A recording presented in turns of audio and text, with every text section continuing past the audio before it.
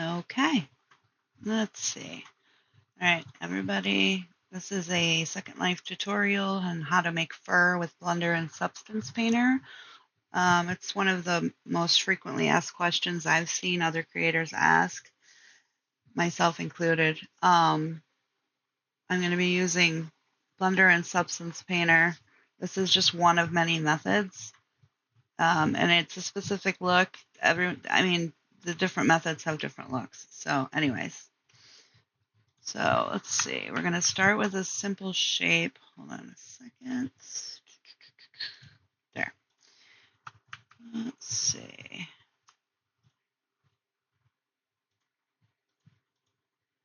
It doesn't matter what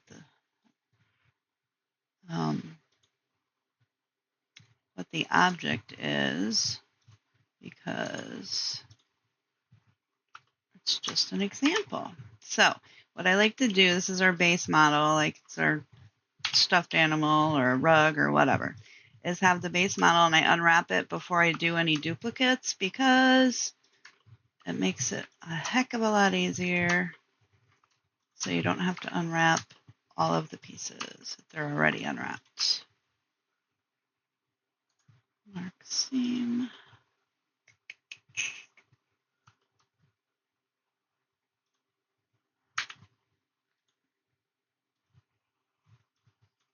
All right. You don't have to do this, but I just do this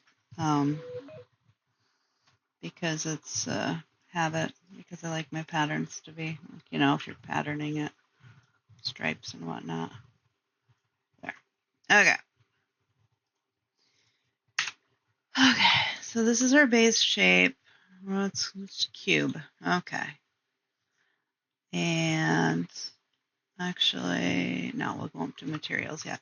So what we're going to do is we're going to duplicate this a few times. I do minimum of 3. Depends on how fuzzy you want it to look. You duplicate it and drop it in the same space. And then Alt S, Shift S? No, it's Alt S. I did this before. Shift S. Oh my gosh. Alt S. Okay, guys.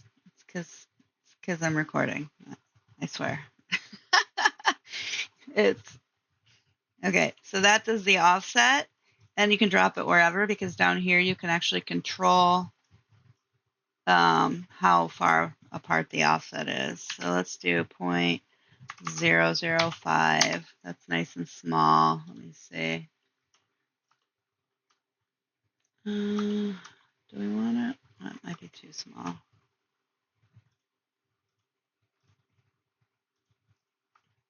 That's fine. That's fine. Shift D, Alt S, do it another 0.005. Shift D, edit mode,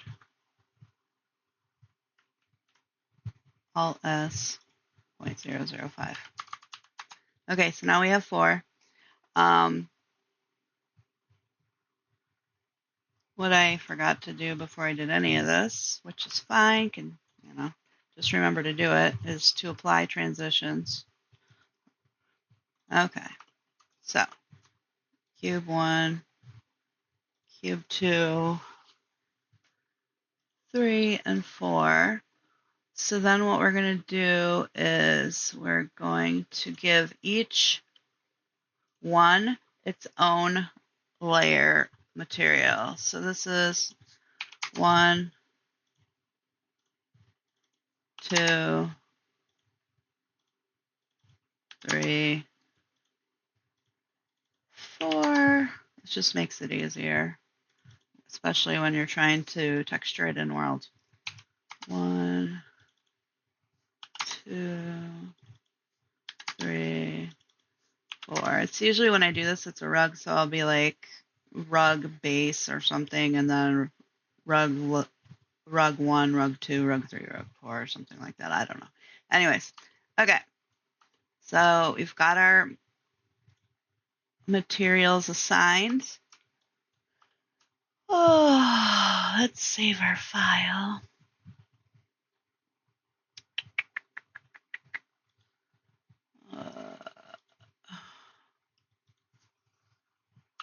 Tutorial for, all right. File, we're gonna export. Oops, that's the wrong one. Selection only, I've got all of them selected. Okay.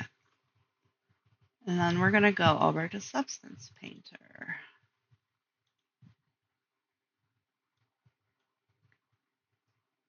All right. New. Change that to OpenGL. Let's see. Under 2025. I have no idea where I just put that. There it is. Tutorial for. Okay. All right. So we need to change our texture settings. I always do this first. Okay, so the base, we don't want that to have opacity. So if you go over here to texture settings down here, just close that out so that there's no opacity channel for the first one. That's number one. That's the smallest one inside. And then these three, we want opacity, so we just leave those. And then I also do this for my lighting. All right, so what I'm gonna do, save, is for, okay, right now I've got all four pieces, but if I baked all four pieces together like this, the inside pieces would be completely black. So what I'm gonna do now that I've saved the file, I am going to go back to Blender.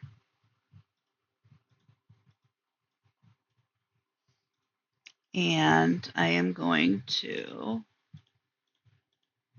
unselect everything except for that first one. Export it. I'm sure there's other ways to do this. This is just what I do. Export it as the same file name. And then go back to Substance Painter. Edit. Re-import mesh. See, now it's just that piece. So we're going to go to Bake Mesh. That's fine. So we're going to bake that.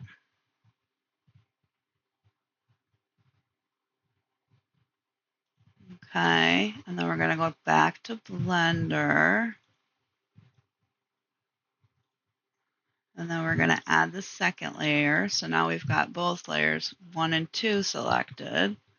Save, we're going to save it as that. Well, not save, export. Export. Selection only, just those two. And then we're going to go back to Substance Painter. Edit, re-import mesh. So now there's two in there.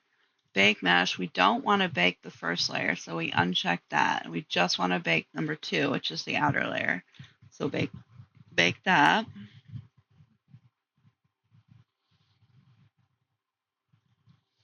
Now we go back to Blender. Let's see. 3. Select all 3. Export. Selection. Go back to Substance Painter. Edit, re-import mesh.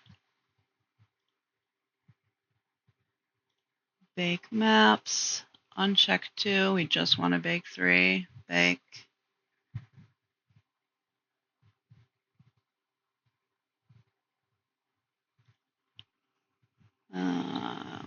We go back to Blender.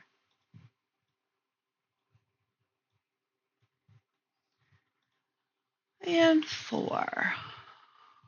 And we select them all, export, selection, go back to Substance Painter. Okay. Edit, re-import mesh. Now we have all 4 layers. We have to bake that last one. Uncheck 3, just want to bake 4.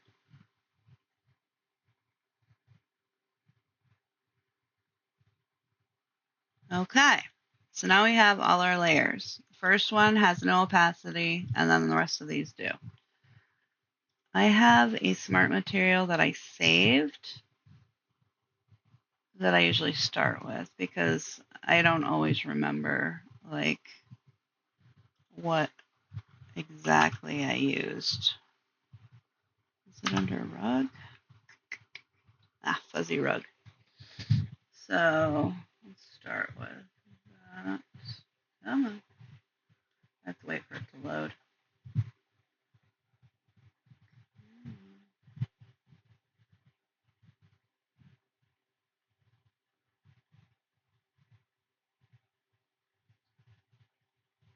Oh my gosh, it takes forever. All right, so drag that over to, actually I'm just gonna drag it over to the first one. Let's hide these 3 layers. Okay, so that's what it looks like. It's just a fur, yada yada. This right here is the layer that we're gonna be playing with, I believe. Nope, maybe it's that one. Nope, this is the, okay, this right here is the layer we're gonna be playing with. And I will show you that in a minute. Okay, so the first layer is solid. So we're going to take that and copy that and go to layer 2, paste. All right, properties. Okay, so this is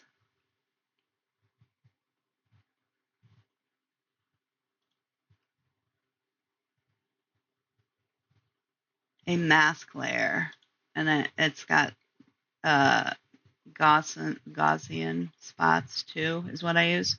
Anyways, you can play with, it's really hard to tell. I wonder if I do it in a different color. Let's see if that works. This is going to mess with the opacity because that's what this is. It's just the opacity, and it's masked over top of the other one. So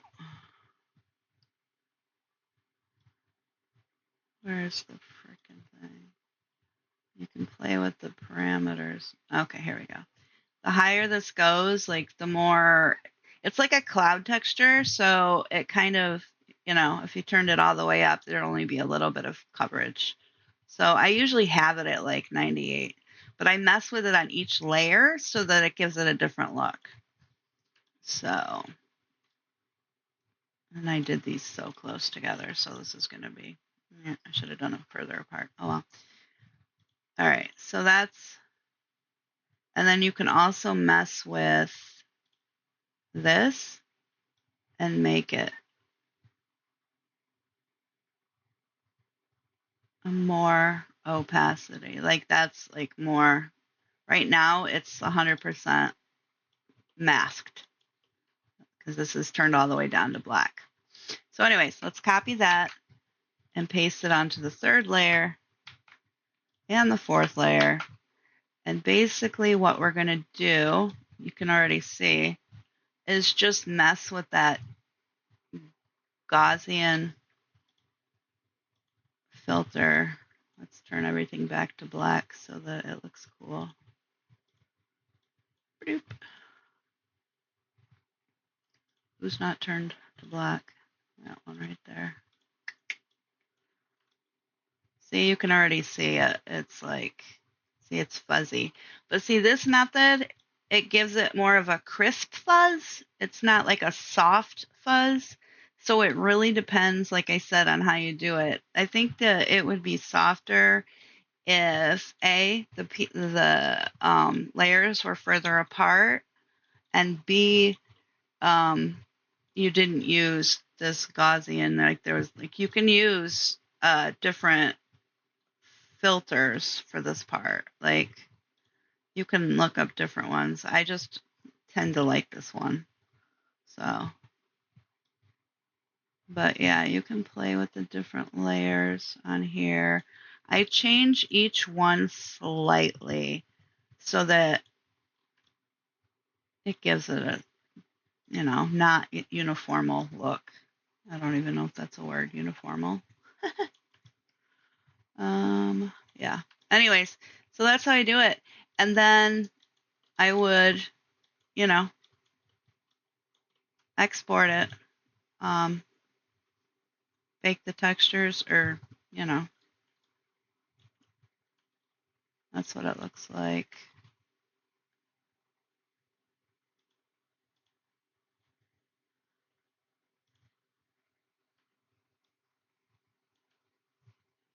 But like I said, if they were further apart, it could look fuzzier. This is more of a subtle. I usually do it super close like this for like maybe a chair or like a more modern looking rug, like old rugs, or like fuzzy or whatever, but like I don't know. But you can see the different layers. Anyways, you just play with all those things, those little different settings, and you get different effects. So if you were to change this to Perlin, you would get a completely different look. It's hard to see with the black. I probably should have done a different color, but this is what it is. Anyways, and then you would just export your textures, yada yada, PBR, to the folder, wherever it's going to go, export, and then upload it to Second Life. And then when you're in Second Life, everything, when you upload this, it'll be linked. You don't have to actually link these to, you could, because that's 4 separate materials, but I never bother. Anyways, so, and then you would just select link, and then it'll actually say which layer is which on there, and that's why I named them. So, and then you should be able to easily click through and put the PBR textures on. I hope that made sense. Let me know if you have any questions. Like I said, this was just one way of doing fur. There's many other ways, but this is how I do it. Thanks.